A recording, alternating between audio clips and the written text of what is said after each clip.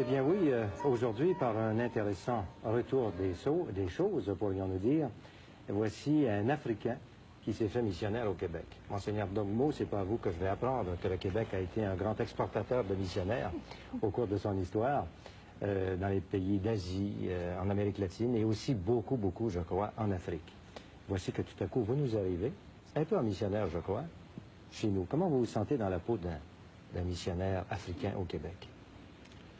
Évidemment, quand on dit missionnaire, j'espère que vous n'employez pas ce mot dans le sens un peu colonial où on l'a entendu quelquefois, parce que dans bien des cas, on a confondu le missionnaire et le colonialiste.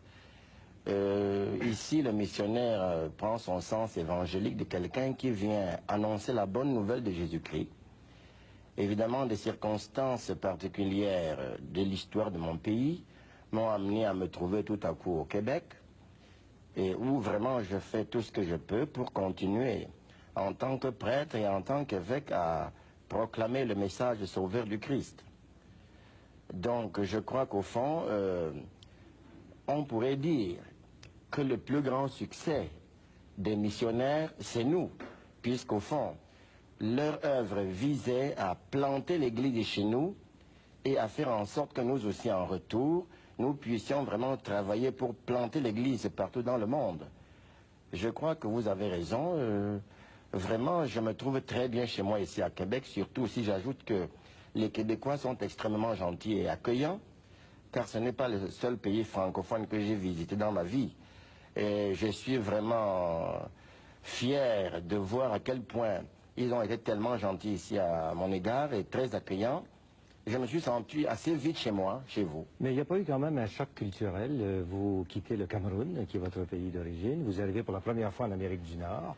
Dans un pays francophone, c'est votre langue. Bravo, ça va. Mais il y a tout un fond culturel et historique qui est quand même tellement différent. Est-ce que vous n'avez pas craint que la prise de contact soit difficile entre les Québécois et vous? Si, au début, évidemment, quand j'ai commencé à prêcher dans l'église de Sainte-Monique-des-Saules ou du Saint-Sacrement à Québec, je me demandais un peu comment ils allaient accueillir ça. Mais j'ai pris mon courage à deux mains et je me suis dit, en raison d'une de mes convictions théologiques, que depuis que le Christ, le Fils de Dieu, s'est fait homme, tout homme est mon frère. Et ce qui est commun à tous les hommes est plus important que ce qui les diversifie. Fort de cette conviction théologique, j'ai foncé et petit à petit, j'ai remarqué que ça mordait. C'est votre conviction, mais il faut que ça soit la conviction de vos interlocuteurs pour que ça fonctionne. Mais justement, j'ai remarqué qu'il y avait communion entre eux et moi. Bien sûr, au plan culturel, vous avez raison, il y a eu un choc parce que, habitué surtout à la culture africaine et un peu européenne, je n'étais pas du tout habitué au nord-américain, mais pas du tout. Alors évidemment, je m'aperçois petit à petit que les valeurs sur lesquelles il faut insister ne sont pas les mêmes que chez nous, ça c'est sûr. Je vois ici par exemple l'importance qu'on attache au dollar, à l'économie, à la technologie, chose qui chez nous évidemment n'occupe pas la première place. Pas? Vous avez raison et petit à petit je m'y fais et j'essaye évidemment d'incarner au mieux le message du Christ que je présente. Maintenant, il y a une autre chose aussi qu'il faut signaler, c'est que vous êtes ici, je crois, à peu près en exil. Parce qu'il vous est arrivé des choses assez pénibles dans votre pays avant votre départ. Voulez-vous nous raconter un peu? C'est exact, évidemment. Je me suis toujours refusé à toute déclaration relative à cette chose-là, mais je crois que je peux vous dire un peu, et juste ce qu'il faut pour que les choses soient claires. Je suis ici suite à une situation politique dramatique dans mon pays. Le Cameroun. Et le Cameroun. J'ai été appréhendé par les pouvoirs politiques, jugé par un tribunal militaire, condamné à mort, puis gracié, puis condamné à la détention perpétuelle. Et après ma libération, 5 ans après mon emprisonnement, je me suis trouvé mal en point. Et qu'est-ce qui a évidemment fait cette histoire? La raison est assez complexe, mais j'ai pu brièvement vous dire que j'ai succédé à un évêque français, Monseigneur Paul Bouc, sous lequel il y a eu chez nous la guerre civile et une guerre civile qui opposait les hommes d'un parti politique à ceux qui avaient pris le pouvoir après le départ de la France en 1960. Alors, ceux-là se sont établis sur les territoires de mon diocèse sous mon prédécesseur. Il y a eu le terrorisme politique, on a tué des prêtres, des religieux, des religieuses, des hommes en quantité, on a brûlé la moitié des paroisses, dynamité beaucoup d'églises. Je suis devenu évêque dans cette situation. J'ai senti dans l'atmosphère que les gens s'attendaient à ce que je fasse tout pour que la paix revienne. Je me suis entrepris comme j'ai pu et j'ai réussi à négocier avec les chefs rebelles et j'ai pu ainsi obtenir la paix. Malheureusement, lorsque le chef rebelle fut pris, on trouvait dans son sac un document qui révélait que je l'avais vu un certain nombre de fois pour négocier avec lui. C'est ce qui a occasionné mon arrestation. Mais si vous avez négocié la paix avec le chef rebelle, c'était à la connaissance du président de la République, j'imagine? Oui. Évidemment, il y a des mystères politiques pour lesquels je ne suis pas spécialiste et les choses sont passées ainsi. Alors après, une fois que la paix fut revenue, on vous a accusé de collaboration avec le chef de collaboration, de vouloir prendre le pouvoir, etc. Et on vous a condamné à mort. J'ai été condamné à mort. Ensuite, vous avez été gracié. Gracié, et puis ma peine a été commuée en détention perpétuelle. On dit que c'est le pape lui-même qui a obtenu votre... Le pape a beaucoup fait pour certainement m'obtenir la libération, puisque j'ai reçu en prison même 3 nonces apostoliques, Monseigneur Galina, Monseigneur Jadot et Monseigneur Storero, qui m'ont visité en prison 3 fois. Alors j'en suis très reconnaissant. Et vous avez été en prison à peu près 5 ans. 5 ans, oui. J'ai vu dans un texte d'Amnesty International qui enquête, comme on le sait, sur l'état des prisonniers et l'état des prisons et le traitement que l'on fait subir aux prisonniers, torture, etc., que dans votre pays, au Cameroun, également, ça se produisait. Est-ce que vous avez été victime vous-même? Ça se produit dans tous les pays. Si je ne peux pas donner de détails, je peux vous assurer avec certitude que ça se pratique, puisque c'est une chose que j'ai vue de mes yeux. Et que vous avez subi? Bien sûr. Au moins par la menotte. Vous avez été menotté, vous, Oui, longtemps, hein? oui. Combien de temps? Oui, à peu près 6 mois. Sans arrêt? Sans arrêt. Toujours menotté? Oui, oui. 24 heures par jour? Oui, oui. On voulait vous tuer de cette façon, j'imagine. Enfin, Dieu n'est pas distrait. Qu'est-ce qui s'est passé quand on vous a enlevé les menottes? Après 6 mois? Il s'est passé que j'ai eu de la difficulté pour refaire la gymnastique avec mes mains, pour les mettre par derrière, etc. Évidemment, j'ai dû réapprendre. Vous étiez presque paralysé, vous étiez paralysé. Presque, oui. Et ensuite, ça a été 4 années, un peu plus, dans un camp? Dans un camp, oui, de prison politique. Et c'est là que vous avez écrit un livre de théologie, oui, c'est là que j'ai dont on parlera tout à l'heure. Oui.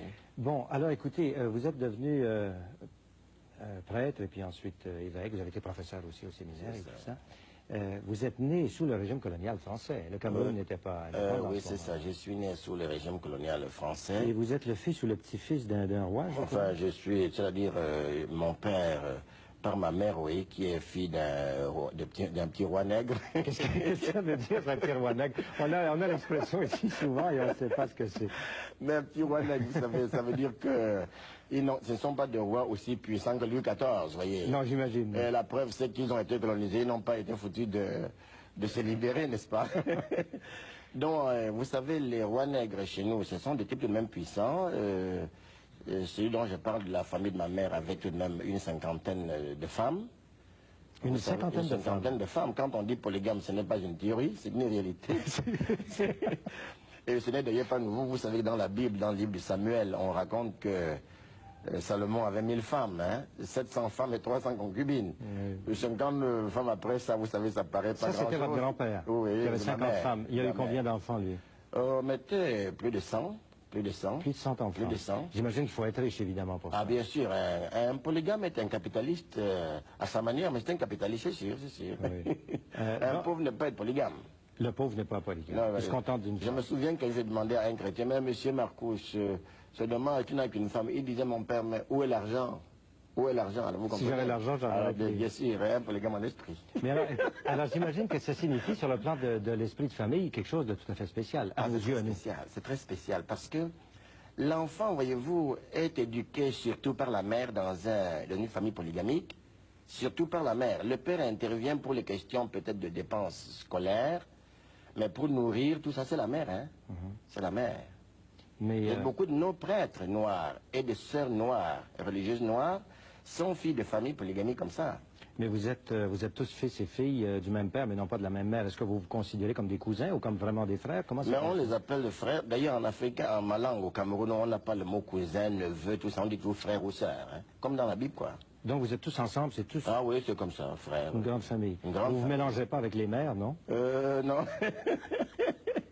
Non, on ne se mélange pas le même. Non, mais remarquez qu'un enfant peut quitter même sa mère pour vivre dans une autre maison, chez une autre femme.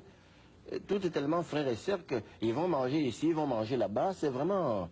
on est chez soi partout. Est-ce que Hein. c'est pas ça un peu l'esprit tribal, en fin de compte? Si, c'est un peu l'esprit. Vous savez ce qu'on appelle une tribu?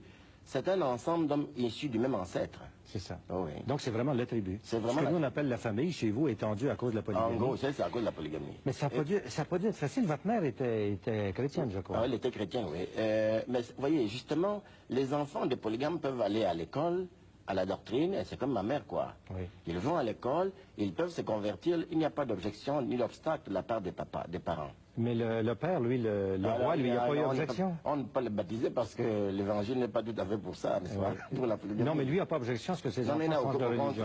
au contraire, il est tout à fait pour. Il est tout à fait pour. Parce que, voyez-vous, comme je le disais là, le christianisme est apparu chez nous comme un élément de progrès extraordinaire. Mais justement, je parlais du choc des cultures quant Oui. à votre venue, à vous, Oui, c'est ici, ça, oui. au Québec. Mais est-ce que chez vous, vous qui avez connu justement le régime colonial C'est ça. et qui êtes devenu maintenant évêque au Cameroun, est-ce que, avec la résurgence, si on veut, du nationalisme africain, est-ce qu'on n'a pas le goût peut-être de s'éloigner un peu de la religion chrétienne qui, après tout, a été implantée là par les Blancs, par nous les Blancs? Et justement, non. C'est une idée qui court l'espace, mais il est absolument certain qu'il ne vient à l'idée d'aucun Africain camerounais converti chrétien de revenir en arrière dans l'animisme, dans le paganisme. Pourquoi? Parce que nous nous sommes aperçus que le christianisme ne s'occupait pas, comme le paganisme ou l'islam, de parler du ciel, d'envoyer les gens au ciel, etc. Le christianisme tient compte de la terre aussi, des hommes. C'est curieux, j'aurais cru que c'était le contraire, que c'est l'animisme qui tenait compte des hommes et de la terre et que c'est le christianisme qui parlait du ciel. Curieusement, non, vous voyez, chez nous, par exemple, face à une situation difficile, on dirait même qu'on ne croit pas à la cause seconde, tout de suite on remonte à Dieu. Ah, Dieu n'a pas voulu dire, et c'est le fatalisme, vous savez, de nos coutumes, hein, et comme dans l'islam. Alors, précisément, le christianisme est cette religion qui nous apprend qu'on ne peut pas conduire quelqu'un au ciel comme si la terre n'existait pas. Il faut passer par la matière. L'œuvre du développement, c'est extraordinaire, voyez-vous. On ne peut pas prêcher l'évangile à un ignorant sans éprouver le besoin de l'instruire, à un malade sans éprouver le besoin de le soigner. D'où justement les écoles, les hôpitaux et tout ça. C'est ça qui est très beau dans le catholicisme hein, et dans le christianisme. Tandis Très beau. que dans l'animisme, ça... Ah non, ça n'existe pas. Ça n'existe pas. Ni dans l'islam. Vous savez, les islamiques n'ont pas d'école. Hein. Non. Quand on parle d'école privée, c'est catholique ou protestant, enfin d'école chrétienne quoi. Mais tout le monde va là. Et curieusement, quand la politique est venue, quand les indépendants sont venus, ceux qui ont fait les ministres, les directeurs de tous les services, ce sont des chrétiens. Parce que ce sont Des Africains. Oui, oui, des Africains. Parce que les autres n'avaient pas Ils n'ont pas d'instruction. d'instruction. Les premiers civilisés, ce sont les chrétiens. Mais il doit vous rester quand même, vous qui êtes le petit-fils d'un roi nègre, Oui, justement, oui. qui a eu quoi, 100 enfants, avez-vous dit, ou à peu près, il doit quand même vous rester quelque chose de fondamental, de très important chez vous, dans votre structure, de tempérament, et tout ça, de l'animisme. Très bien. Ce qui nous reste très important, c'est plutôt ce sens communautaire très développé qu'on ne trouve pas en Occident, par exemple. Le sens communautaire est très développé. Voyez-vous, par exemple, tous les enfants sont tellement pris aussi et respectés que vous ne verrez pas un enfant laissé de côté. Cette histoire que j'entends ici des filles-mères, n'est-ce pas, où on a l'air parfois de s'en faire, de dire filles-mères. L'enfant, on dit un enfant illégitime. Mais j'ai trouvé ça scandaleux parce qu'un enfant ne peut pas être illégitime, puisque si quelqu'un est illégitime, c'est son père ou sa mère. Ça dit qu'ils sont contre la loi, n'est-ce pas? L'enfant est accepté, et un enfant chez nous, même sans père, un enfant, enfin, dont on ne connaît pas le père, est pris très au sérieux. Il peut avoir n'importe quelle chose de l'État. Il peut mettre président de la République. Il n'y a aucune différence. Aucun problème. Même sur le plan social, de la Il n'y a aucun reconnaissance de problème. l'individu. Dans ce sens communautaire, ce sens de l'aide mutuelle nous est resté comme un héritage vraiment sacré. Alors ça, vous Et y chose tenez. curieuse, Mais ça vous vient de l'animisme, ça. de l'animisme, mais ça rencontre de façon extraordinaire le corps mystique du Christ dans Saint Paul. Si Saint Paul nous intéresse beaucoup, voyez-vous, l'Église est conçue par lui comme un corps mystérieux dont nous sommes les membres et le Christ la tête. Ça répond parfaitement vraiment à la conception africaine. Vous parlez de Saint Paul et ça me fait penser au titre d'un de vos livres qui s'intitule « Le salut de Dieu selon Saint Paul ». Et c'est un livre que vous avez écrit sans documentation aucune parce que vous étiez en prison pendant vos 4 années de prison. Et votre seule bibliothèque, c'était la là. mémoire et la tête. Et c'est un livre de théologie. Et même c'est un livre de théologie de la libération. C'est ça. Là, vous allez me parler de ça. Eh bien, voilà. Il faut vous dire que je suis entré. J'avais comme tout livre l'édition critique de Nestlé, écrite en grec et en latin. Vous voyez, maintenant on n'enseigne plus le latin et le grec. Heureusement que je l'ai appris parce que je n'aurais pu rien lire puisque c'était considéré par le président de la prison comme des livres sacrés, hein, puisque c'était en latin. Latin, la langue de Dieu et tout ça. Bon. J'ai donc pu lire, traduire et puis essayer d'étudier quelque chose, un travail difficile. Je dois vous dire qu'au plan psychologique, l'aspiration profonde d'un prisonnier, c'est sa libération. On sait bien sûr que j'étais condamné à vie. Mais je me dis toujours, c'est toujours une mesure psychologique pour les États, mais peut-être qu'un jour je serai libéré. Alors tous les jours, on aspire à être libéré. Ouais. Donc par conséquent, le chapitre de la théologie qui vous hante le plus, c'est le chapitre de la libération, donc du salut. Parce que vous en êtes obsédé, en fait. Ah, j'en étais comme obsédé. Je me suis dit, je dois écrire un livre sur le salut. D'abord, ça m'occupera, ça me distraira, je ne penserai pas à toutes les peines que j'ai subies. Et alors là, je me suis dit, je vais écrire un livre du salut. D'autant plus que d'autres ont écrit des livres sur la théologie de la libération, et je n'étais pas d'accord avec eux sur le processus. Est-ce que vous parlez là surtout des théologiens de la libération de l'extrême américain? Oui. C'est ça, parce que voilà, ils sont partis du développement humain. Oui. Ils sont partis de la souffrance et de la misère d'un peuple pour bâtir une théologie de la libération. J'ai toujours pensé, et je crois que j'ai raison là, que il faut partir du salut révélé par Dieu d'abord. Voir exactement toutes les constantes pour voir si justement ce salut de Dieu peut nous aider dans notre propre libération. Or, précisément, plus on étudie le salut dans Saint Paul avec précision, plus on s'aperçoit qu'il y a là tous les éléments, beaucoup plus d'éléments qu'on ne pourrait en voir dans l'analyse sociologique des situations des pauvres, de ceux qui souffrent. Vous allez par-delà l'analyse théologique au départ. Au départ, froidement, ce qui est révélé par Dieu. Donc, selon Saint Paul. Ça vous demande une dose de foi peut-être plus grande dès le départ. Ah oui, dès le départ, dès le départ. Notez qu'un tel travail suppose, on peut être déçu au bout du chemin. Mais je suis parti avec une tête vierge. Je me suis dit, tant pis, je crois, qu'est-ce qu'il en dit? Bon, parce que avec ce départ-là, oui. Quel était votre cheminement? Mon cheminement a été froid, a été celui-ci. J'ai voulu faire d'abord une enquête dans toutes les 14 épîtres de Paul pour voir comment il définit ou décrit le salut. Donc c'est une enquête initiale, après avoir classé les épîtres dans l'ordre chronologique.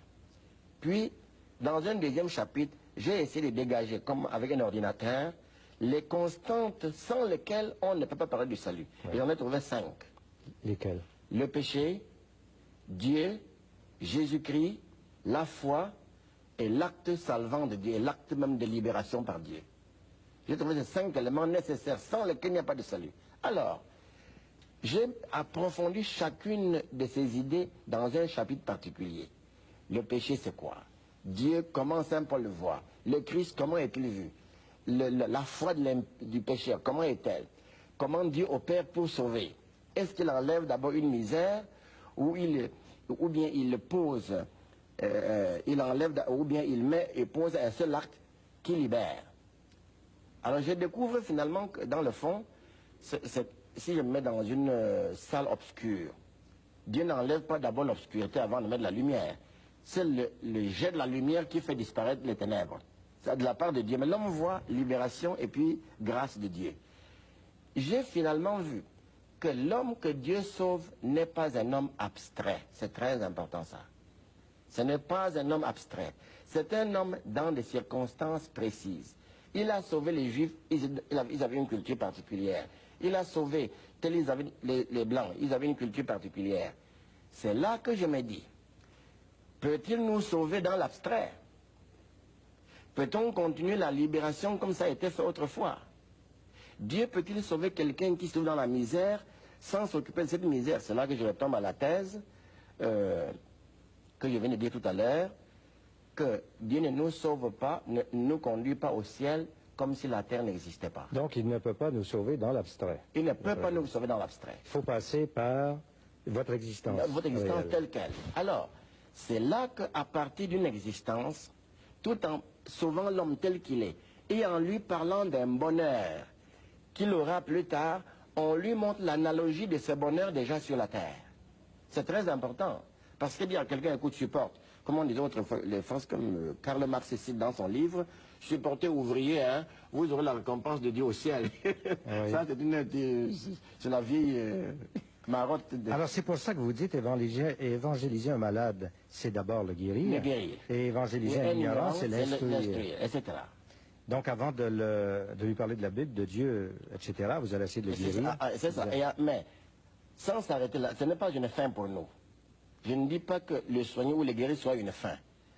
Ce n'est qu'un moyen, une analogie qui va lui permettre de mieux saisir à quoi on le conduit. Mais est-ce qu'on ne pourrait pas vous dire à ce moment-là, c'est une stratégie? Vous vous y prenez de cette façon pour l'amener à vos opinions et à vos idées. Ah oui, à ce moment-là, stratégie ou pas stratégie, c'est exactement ce que le Christ nous demande, n'est-ce pas? C'est-à-dire, il révèle, puisque au fond, l'acte de foi commence par accepter ce que Dieu dit. Et c'est d'autant plus fort pour moi, au contraire, que, chargé de proclamer cette foi, je montre aux hommes que cette foi n'est pas du tout une foi qui les déracine de leur substrat de vie. Au C'est contraire. très important qu'au contraire, on en tient sérieusement compte. Dieu n'a jamais sauvé quelqu'un dans l'abstrait. Ce livre-là, c'est l'œuvre de votre séjour en prison. Ah oui, ça, c'est... Et voyez-vous, je dois vous dire même qu'en plus, ce livre m'apparaît d'autant plus important que tout ce que fait l'Église, la parole de Dieu, les sacrements, la liturgie, la prière, tout ça conduit simplement au salut. C'est le but dernier de toute l'action de l'Église. C'est peut-être pour ça, dans un de vos autres livres, que vous avez proposé que le prêtre s'intéresse moins à l'aspect des sacrements C'est ça. qu'à celui de la pastorale. Qu'insiste beaucoup sur celui de la parole, et de la parole qui accroche la vie. Non pas une parole désincarnée, mais une parole qui accroche la vie. Vous dites même que le prêtre qui s'occupe trop exclusivement de l'aspect sacramental finit par passer pour un sorcier. Oui, papa, j'ai dit brutalement ceci. Un peuple uniquement nourri de la parole de Dieu a plus de chances de garder sa foi qu'un peuple nourri uniquement de seuls sacrements. Parce qu'à la limite, celui qui ne fait que donner les sacrements, ne nourrit que des sacrements, finit par ne considérer dans ceux-ci que des actes magiques et sorciers. Oui. Mais il y a probablement des traditionalistes là, qui vont dire qu'ils frôlent l'hérésie. Ben, vous savez, les traditionalistes peuvent toujours dire ce qu'ils veulent. Au moins, j'ai l'avantage d'être parti des substrats vraiment de la Bible. Vous m'avez dit aussi quelque chose, vous avez recherché scientifiquement, parce qu'au fond, c'est très la théologie, c'est ça, c'est philosophique. D'ailleurs, le dernier chapitre est confronté à une philosophie sérieusement.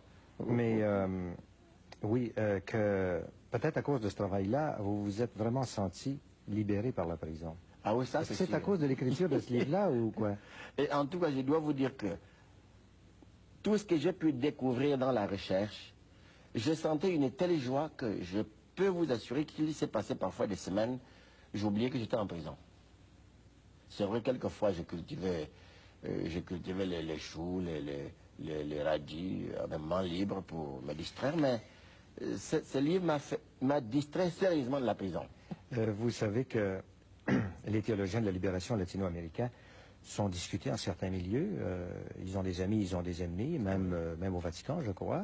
Ça divise un peu les théologiens orthodoxes. Est-ce que dans le cas de votre théologie, la même chose se passe? Non, je ne crois pas parce que j'ai essayé justement. La grande difficulté de ces théologiens, c'est qu'ils étaient partis, si vous voulez, d'une théologie qu'ils avaient faite à l'école comme tout le monde, mais qu'ils n'avaient pas eu un substrat biblique bien assis.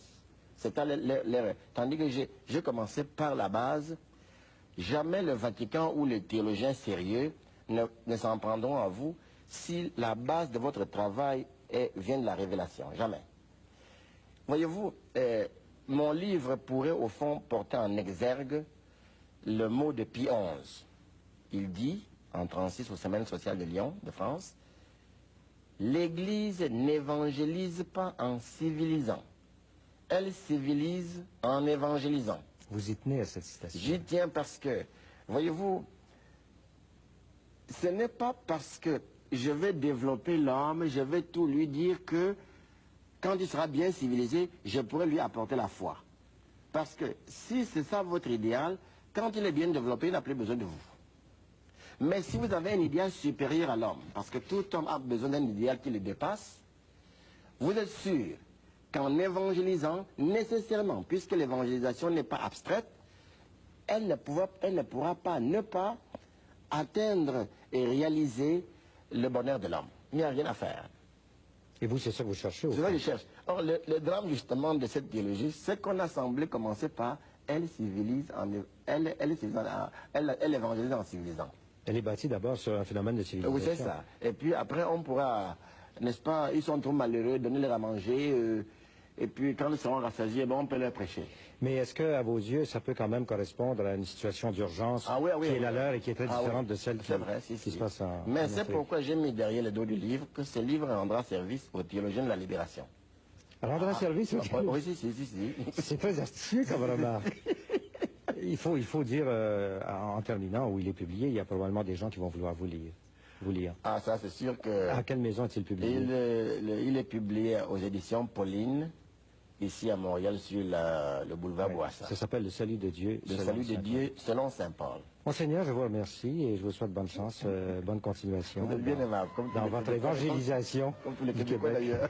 Merci.